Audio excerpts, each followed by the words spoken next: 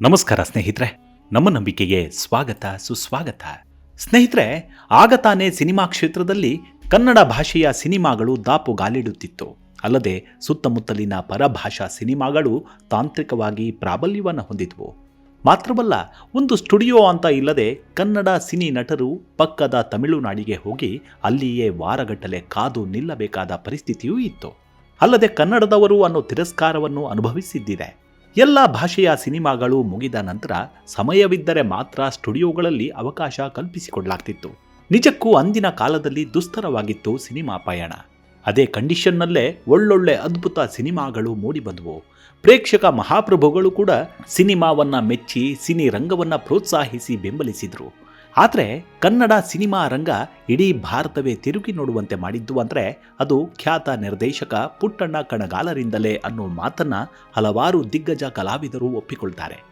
Puttanna ಕಣಗಾಲರು cinema ರಂಗದಲ್ಲಿ ಅಮೋಘವಾದ ಸಾಧನೆ ಮಾಡುವುದಕ್ಕಾಗಿಯೇ ಹುಟ್ಟಿ ಬಂದಿದ್ದಾರೆ ಅನ್ನೋ ಮಾತುಗಳು ಅಂದಿನ ಕಾಲದಲ್ಲಿ ಗಾಂಧಿ ನಗರದ ತುಂಬೆಲ್ಲ ಗುಲ್ಲೆಬ್ಬಿ ಬಿಟ್ಟಿತ್ತು.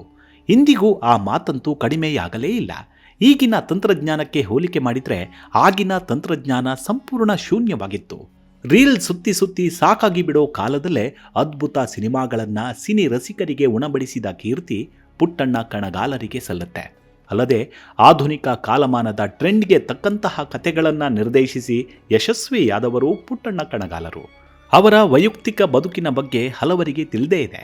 ಅದರಲ್ಲೂ ಸಿನಿಮಾ ಒಂದು ಚಿತ್ರೀಕರಣದ ಸಂದರ್ಭದಲ್ಲೇ ಪುಟ್ಟಣ್ಣ ಕಣಗಾಲರು ನಿಧನರಾಗ್ತಾರೆ. ತಮ್ಮ ಬದುಕಿನುದ್ದಕ್ಕೂ 3 ರಾಷ್ಟ್ರೀಯ ಪ್ರಶಸ್ತಿ ಹಾಗೂ 3 ಫಿಲ್ಮ್ ಫೇರ್ ಪ್ರಶಸ್ತಿಗಳನ್ನು ಪಡೆದ ನಿರ್ದೇಶಕ. ನಿಜಕ್ಕೂ ಈ ದಿಗ್ಗಜನ ಬಗ್ಗೆ ಹೇಳ್ತಾ ಹೋದರೆ ಕುತೂಹಲ ಭರಿತ ಕಥೆಗಳು ಹುಟ್ಟಿಕೊಳ್ತಾವೆ. ಬನ್ನಿ ಹಾಗಿದ್ರೆ ಇಂದಿನ ಸಂಚಿಕೆಯಲ್ಲಿ ಪುಟ್ಟಣ್ಣ ಕಣಗಾಲರ ಕುರಿತಾದ ಕೆಲವೊಂದಷ್ಟು ಕೌತುಕದ ವಿಚಾರಗಳನ್ನು ತಿಳಿದುಕೊಳ್ತಾ ಹೋಗೋಣ. ಅದಕ್ಕೂ ಮುನ್ನ ನಮ್ಮ ನಂಬಿಕೆಗೆ ನಿಮ್ಮ ಎಲ್ಲ ವಿಧದ ತ್ವಚೆಯ ಸಮಸ್ಯೆಗಳಿಗೆ ಧೀಮಹಿ ಪ್ರಾಡಕ್ಟ್ ರಾಮಬಾಣದಂತೆ ಕೆಲಸ ಮಾಡುತ್ತೆ. ಕೇವಲ 3 ದಿನದಲ್ಲೇ ವ್ಯತ್ಯಾಸ ನೋಡ್ತೀರಾ. ಯಾವುದೇ ಅಡ್ಡ ಪರಿಣಾಮಗಳಿಲ್ಲ. ಕೆಮಿಕಲ್ ರಹಿತವಾದ 16 ನೈಸರ್ಗಿಕ ಪದಾರ್ಥಗಳ ಮಿಶ್ರಣದಿಂದ ತಯಾರಾದ 100% ಆರ್ಗ್ಯಾನಿಕ್ ಧೀಮಹಿ ಪ್ರಾಡಕ್ಟ್. ಹೆಚ್ಚಿನ ಮಾಹಿತಿಗಾಗಿ ಕೆಳಕಂಡ ದೂರವಾಣಿಗೆ ಸಂಪರ್ಕಿಸಿ. ಸ್ನೇಹಿತರೆ, ಚಲನಚಿತ್ರರಂಗದಲ್ಲಿ ಮಹಾನ್ ನಿರ್ದೇಶಕರೆಂದು ಖ್ಯಾತರಾದವರು ಎಸ್.ಆರ್. ಪುಟ್ಟಣ್ಣ ಕಣಗಾಲ್. ಕಣಗಾಲ್ ಎಂದೇ ಜನಮಾನಸದಲ್ಲಿ ಅಚ್ಚಳಿಯದೆ ಉಳಿದವರೇ ಪುಟ್ಟಣ್ಣ ಕಣಗಾಲರು. 1933ರ ಡಿಸೆಂಬರ್ 1ರಂದು ಮೈಸೂರು ಜಿಲ್ಲೆಯ ಪಿರಿಯಾಪಟ್ಟಣ ತಾಲೂಕಿನ ಕಣಗಾಲು ಎಂಬ ಗ್ರಾಮದಲ್ಲಿ ಸುಬ್ಬಮ್ಮ ಮತ್ತು ರಾಮಸ್ವಾಮಿ ದಂಪತಿಗಳಿಗೆ ಕಿರಿ ಮಗನಾಗಿ ಜನಿಸ್ತಾರೆ. ಇವರ ಮೂಲ ಹೆಸರು ಶುಭ್ರವೇಷ್ಟಿ ರಾಮಸ್ವಾಮಯ್ಯ ಸೀತಾರಾಮ ಶರ್ಮಾ ಎಂದಿತ್ತಾದರೂ ಇಡೀ ಜಗತ್ತು ಗುರುತಿಸಿದ್ದು ಎಸ್.ಆರ್. ಪುಟ್ಟಣ್ಣ ಕಣಗಾಲ್ ಎಂದೇ. ಬಾಲ್ಯದಲ್ಲೇ ಕಡು ಬಡತನದ ಕುಟುಂಬವಾದ್ದರಿಂದ ಓದುವ ಅವಕಾಶ ಹೆಚ್ಚಾಗಿ ಸಿಗಲಿಲ್ಲ. ತಮ್ಮ ಕುಟುಂಬ ನಿರ್ವಹಣೆಗೆ ಇನ್ನಿಲ್ಲದ ಕೆಲಸವನ್ನ ಮಾಡ್ತಾರೆ. ಚಿತ್ರರಂಗಕ್ಕೆ ಬರುವ ಮುಂಚೆ ಹಲವು ನಾಟಕ ಕಂಪನಿಗಳಲ್ಲಿ ಡ್ರೈವರ್ ಕೆಲಸದಿಂದ ಹಿಡಿದು ವಿವಿಧ ವೃತ್ತಿಗಳಲ್ಲಿ ತೊಡಗಿಕೊಂಡಿದ್ದವರು. ಅವರ ಹಿರಿಯ ಸಹೋದರ ಕಣಗಾಲ್ ಪ್ರಭಾಕರ ಶಾಸ್ತ್ರಿ ಕನ್ನಡ ಚಿತ್ರಲೋಕ ಕಂಡ ಮಹಾನ್ ಚಿತ್ರ ಸಾಹಿತಿ. ಪುಟ್ಟಣ್ಣನವರು ಚಿತ್ರರಂಗಕ್ಕೆ ಬರುವ ಮುನ್ನ ಹಲವು ಕಡೆಗಳಲ್ಲಿ ನಾನಾ ಕ್ಷೇತ್ರಗಳಲ್ಲಿ ದುಡಿದಿದ್ರು. ಕ್ಲೀನರ್ ಆಗಿ, ಸೇಲ್ಸ್ಮೆನ್ ಆಗಿ, ಶಿಕ್ಷಕರಾಗಿ, ನಂತರ ಚಿತ್ರ ಪ್ರಚಾರಕರಾಗಿ ದುಡಿತಾರೆ. ಕೊನೆಗೆ ಕನ್ನಡ ಚಿತ್ರರಂಗದ ಖ್ಯಾತ ನಿರ್ದೇಶಕ ಹಾಗೂ ನಿರ್ಮಾಪಕರಲ್ಲೊಬ್ಬರಾಗಿದ್ದಂತಹ ಬಿ.ಆರ್. ಪಂತುಲು ಅವರ ಬಳಿ 1954ರಲ್ಲಿ ಡೈಲಾಗ್ ಕೋಚ್ ಆಗಿ ಸೇರಿಕೊಳ್ತಾರೆ ಪುಟ್ಟಣ್ಣ ಕಣಗಾಲರು. ಅಲ್ಲದೆ ಅವರ ಕಾರು ಚಾಲಕನಾಗಿಯೂ ಕೂಡ ಕೆಲಸ ನಿರ್ವಹಿಸ್ತಾರೆ. ನಂತರದ ದಿನಗಳಲ್ಲಿ ಪದ್ಮಿನಿ ಪಿಕ್ಚರ್ಸ್ನ ಸಹಾಯಕ ನಿರ್ದೇಶಕರಾಗಿ ಬಡ್ತಿಯನ್ನ ಪಡೆದುಕೊಳ್ತಾರೆ. 1964ರಲ್ಲಿ ಮಲಯಾಳಂ ಚಿತ್ರವಾದ ಸ್ಕೂಲ್ ಮಾಸ್ಟರ್ ಚಿತ್ರದಿಂದ ಸ್ವತಂತ್ರ ನಿರ್ದೇಶಕರಾಗಿ ಗುರುತಿಸಿಕೊಂಡ ಪುಟ್ಟಣ್ಣರ ಮೊದಲ ಕನ್ನಡ ಚಿತ್ರ 1967ರಲ್ಲಿ ತೆರೆಕಂಡ ಬೆಳ್ಳಿ ಮೋಡ. ನಂತರ ಸಾಲು ಸಾಲಾಗಿ ಬಂದ ಶರಪಂಜರ, ಗೆಜ್ಜೆ ಪೂಜೆ, ನಾಗರಹಾವು ಮುಂತಾದ ಚಿತ್ರಗಳು ಕಲ್ಪನಾ, ವಿಷ್ಣುವರ್ಧನ್, ಅಂಬರೀಷ್, ಆರತಿ, ಲೀಲಾವತಿ, ಜಯಂತಿ, ಪದ್ಮವಾಸಂತಿ, ಶ್ರೀನಾಥ್, ರಜನಿಕಾಂತ್, ಜೈ ಜಗದೀಶ್, ರಾಮಕೃಷ್ಣ, ಅಪ್ಪರ್ಣಾರಂತಹ ಪ್ರತಿಭಾವಂತರನ್ನ ಕನ್ನಡ ಚಿತ್ರರಂಗಕ್ಕೆ ನೀಡಿತು. ಟಿ.ಎಸ್. ನಾಗಾಭರಣ ಮತ್ತು ತಮಿಳಿನ ಪ್ರಸಿದ್ಧ ನಿರ್ದೇಶಕರಾದ ಎಸ್.ಪಿ. ಮುತ್ತುರಾಜ್ ಪುಟ್ಟಣ್ಣನವರಲ್ಲಿ ಸಹಾಯಕ ನಿರ್ದೇಶಕರಾಗಿ ಕೆಲಸ ಮಾಡಿದ್ದಾರೆ. ಇವರು ಕೇವಲ ಕನ್ನಡ ಮಾತ್ರವಲ್ಲದೆ ತಮಿಳು, ಮಲಯಾಳಂ, ತೆಲುಗು ಮತ್ತು ಹಿಂದಿ ಭಾಷೆಗಳಲ್ಲಿಯೂ ಕೆಲವು ಚಿತ್ರಗಳನ್ನು ಮಾಡಿದ್ದಾರೆ. ಪುಟ್ಟಣ್ಣ ಕಣಗಾಲರು ಅದೆಂಥದ್ದೇ ಮನಸ್ಥಿತಿಯ ಜನರಾದರೂ ಅವರನ್ನ ಏಕಕಾಲದಲ್ಲೇ ಸೆಳೆದು ಬಿಡುವ ಗುಣ ಅವರಿಗಿತ್ತು. ಹೀಗಾಗಿ ತಮ್ಮ ಅಸಾಮಾನ್ಯ ಸಾಮರ್ಥ್ಯದಿಂದ ಕನ್ನಡ ಚಿತ್ರರಂಗದಲ್ಲಿ ಅಜರಾಮರರಾದರು. ಪ್ರಖ್ಯಾತ ನಟನಟಿಯರು ಮಾತ್ರ ಜನಮಾನಸದಲ್ಲಿ ಉಳಿಯುವ ಈ ಜಗತ್ತಿನಲ್ಲಿ ಒಬ್ಬ ಸಿನಿಮಾ ತಂತ್ರಜ್ಞ ಕೂಡ ಅದೇ ಮಟ್ಟಕ್ಕೆ ಅಥವಾ ಅದಕ್ಕೂ ಮೇಲ್ಪಟ್ಟು ಬೆಳೆಯಲು ಸಾಧ್ಯವೆಂದರೆ ಆ ತಂತ್ರಜ್ಞನ ಶಕ್ತಿ ಹಾಗೂ ದೂರದೃಷ್ಟಿ ಎಷ್ಟಿರಬೇಡ. ಭಾರತೀಯ ಸಿನಿ ಜಗತ್ತಿನ ಇತಿಹಾಸದಲ್ಲಿ ಅಂತಹ ಅಪೂರ್ವ ಸಾಧಕರ ಸಾಲಿಗೆ ಸೇರುವವರೇ ಪುಟ್ಟಣ್ಣ ಕಣಗಾಲರು. ಅದು 1970ರ ದಶಕದಲ್ಲಿ.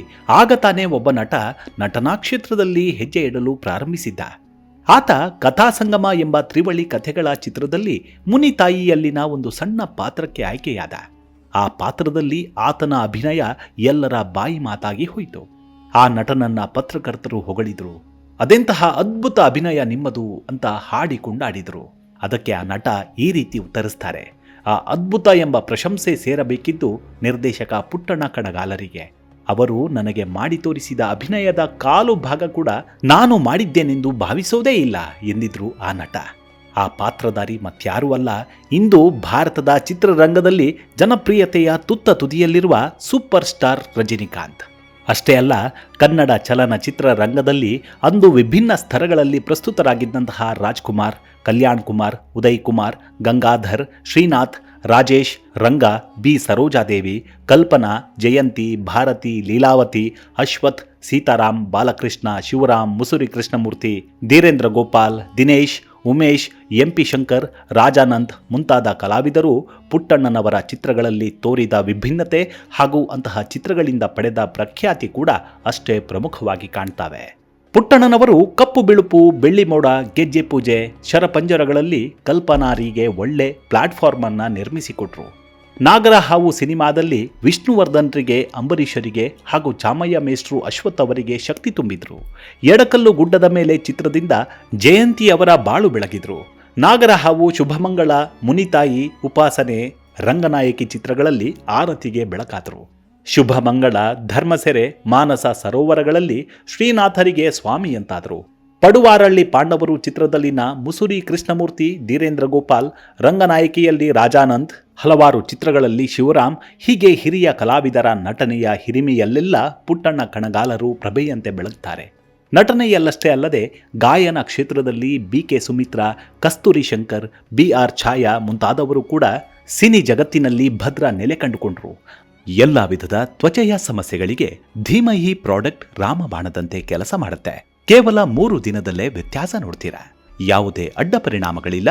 ಕೆಮಿಕಲ್ ರಹಿತವಾದ 16 ನೈಸರ್ಗಿಕ ಪದಾರ್ಥಗಳ ಮಿಶ್ರಣದಿಂದ ತಯಾರಾದ 100% ಆರ್ಗ್ಯಾನಿಕ್ ಧೀಮಹಿ ಪ್ರಾಡಕ್ಟ್. ಹೆಚ್ಚಿನ ಮಾಹಿತಿಗಾಗಿ ಕೆಳಕಂಡ ದೂರವಾಣಿಗೆ ಸಂಪರ್ಕಿಸಿ. ಅಂಬಿಕಾತನಯ ದತ್ತ, GS ಶಿವರುದ್ರಪ್ಪ ಅವರ ಕಾವ್ಯಗಳನ್ನು ಸುಂದರ ಚಿತ್ರಗೀತೆಯಾಗಿಸಿದವರು ಕೂಡ ಅವರೇ. ಅಂತೆಯೇ MN ವ್ಯಾಸರಾಯರಂತಹ ಯುವ ಕವಿಗಳನ್ನು ಚಿತ್ರರಂಗಕ್ಕೆ ಕರೆತಂದವರು ಕೂಡ ಪುಟ್ಟಣ್ಣ ಕಣಗಾಲರೇ. ಕನ್ನಡ ನಾಡಿನ ಬರಹಗಾರರ ಕಥೆ, ಕಾದಂಬರಿಗಳನ್ನು ಹೇಗೆ ಚಿತ್ರ ಮಾಧ್ಯಮಕ್ಕೆ ಉಪಯೋಗಿಸಬೇಕೆಂದು ಚಿತ್ರ ಜಗತ್ತಿಗೆ ವಿಶಿಷ್ಟವಾಗಿ ತೋರಿಸಿಕೊಟ್ಟವರು ಕಣಗಾಲರು.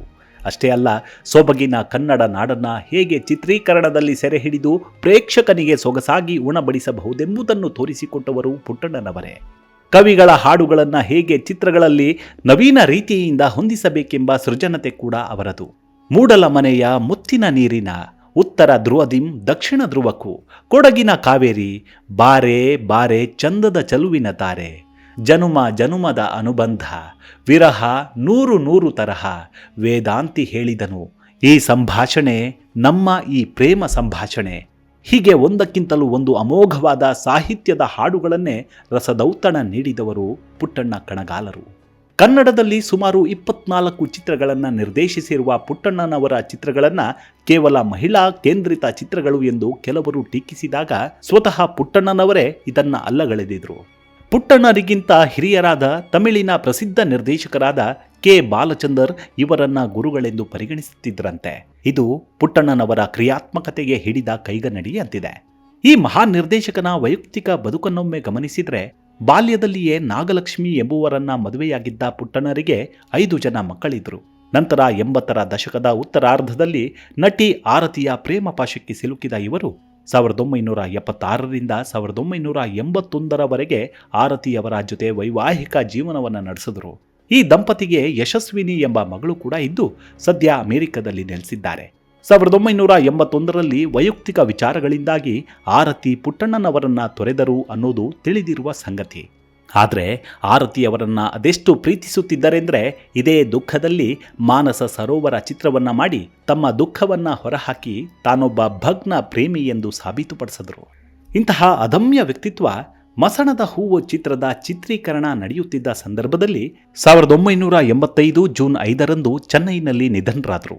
ಅರ್ಧ ಚಿತ್ರೀಕರಣಗೊಂಡಿದ್ದ ಮಸಣದ ಹೂವು ಚಿತ್ರದ ಉಳಿದ ಭಾಗವನ್ನ ಪುಟ್ಟಣ್ಣನವರ ಶಿಷ್ಯರಾದ KSL ಸ್ವಾಮಿಯವರು ಪೂರ್ತಿಗೊಳಿಸುತ್ತಾರೆ.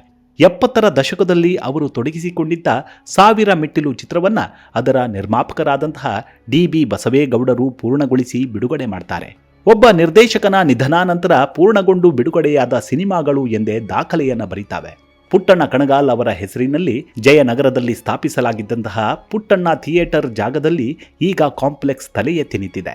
ಪುಟ್ಟಣ್ಣನವರ ಪುತ್ರ ರಾಮು ಕಣಗಾಲ್ ಅವರು ಕಣಗಾಲ್ ನೃತ್ಯಾಲಯ ಎನ್ನುವ ಹೆಸರಿನಲ್ಲಿ ನಾಟ್ಯ ಶಾಲೆಯನ್ನು ನಡೆಸುತ್ತಿದ್ದಾರೆ. ಕರ್ನಾಟಕ ಸರ್ಕಾರ ಪ್ರತಿ ವರ್ಷವೂ ಚಿತ್ರರಂಗದಲ್ಲಿ ಹೆಸರು ಮಾಡಿದವರಿಗೆ ಪುಟ್ಟಣ್ಣ ಕಣಗಾಲ್ ಪ್ರಶಸ್ತಿಯನ್ನ ನೀಡಿ ಗೌರವಿಸುತ್ತಿದೆ. ಪುಟ್ಟಣ್ಣನವರ ಜೀವನ ಚರಿತ್ರೆಯ ಬೆಳ್ಳಿತೆರೆ ಭಾವಶಿಲ್ಪಿಯಲ್ಲಿ ಎಂಬ ಪುಸ್ತಕವನ್ನ DB ಬಸವೇಗೌಡ ಬರೆದಿದ್ದಾರೆ. ಕನ್ನಡದ ಖ್ಯಾತ ಕಾದಂಬರಿಕಾರ್ತಿಯಾದ ದಿವಂಗತ MK ಇಂದಿರಾರವರು ಚಿತ್ರಶಿಲ್ಪಿ ಪುಟ್ಟಣ್ಣ ಕಣಗಾಲ್ ಎಂಬ ಪುಸ್ತಕವನ್ನು ಬರೆದಿದ್ದಾರೆ. ಹೀಗೆ ಕನ್ನಡ ಸಿನಿರಂಗ ಅದೆಷ್ಟು ಶತಕಗಳು ಉಳಿಯುತ್ತದೋ ಅಲ್ಲಿವರೆಗೂ ಪುಟ್ಟಣ್ಣ ಕಣಗಾಲರು ಶಾಶ್ವತವಾಗಿರ್ತಾರೆ. ಕನ್ನಡಿಗರ ಸಿನಿಪ್ರಿಯರ ಎದೆಯಾಳದಲ್ಲಿ ಜೀವಂತವಾಗಿರ್ತಾರೆ. ಇವಿಷ್ಟು ಪುಟ್ಟಣ್ಣ ಕಣಗಾಲರ ಕುರಿತಾದ ಸಣ್ಣದಾದ ಮಾಹಿತಿ. ಮುಂದಿನ ಸಂಚಿಕೆಯಲ್ಲಿ ಮತ್ತೆ ಸಿಗೋಣ. ಅಲ್ಲಿವರೆಗೂ ನಿಮ್ಮ ಆರೋಗ್ಯದ ಕಡೆ ಗಮನವಿರಲಿ. Take care. ನಮಸ್ಕಾರ.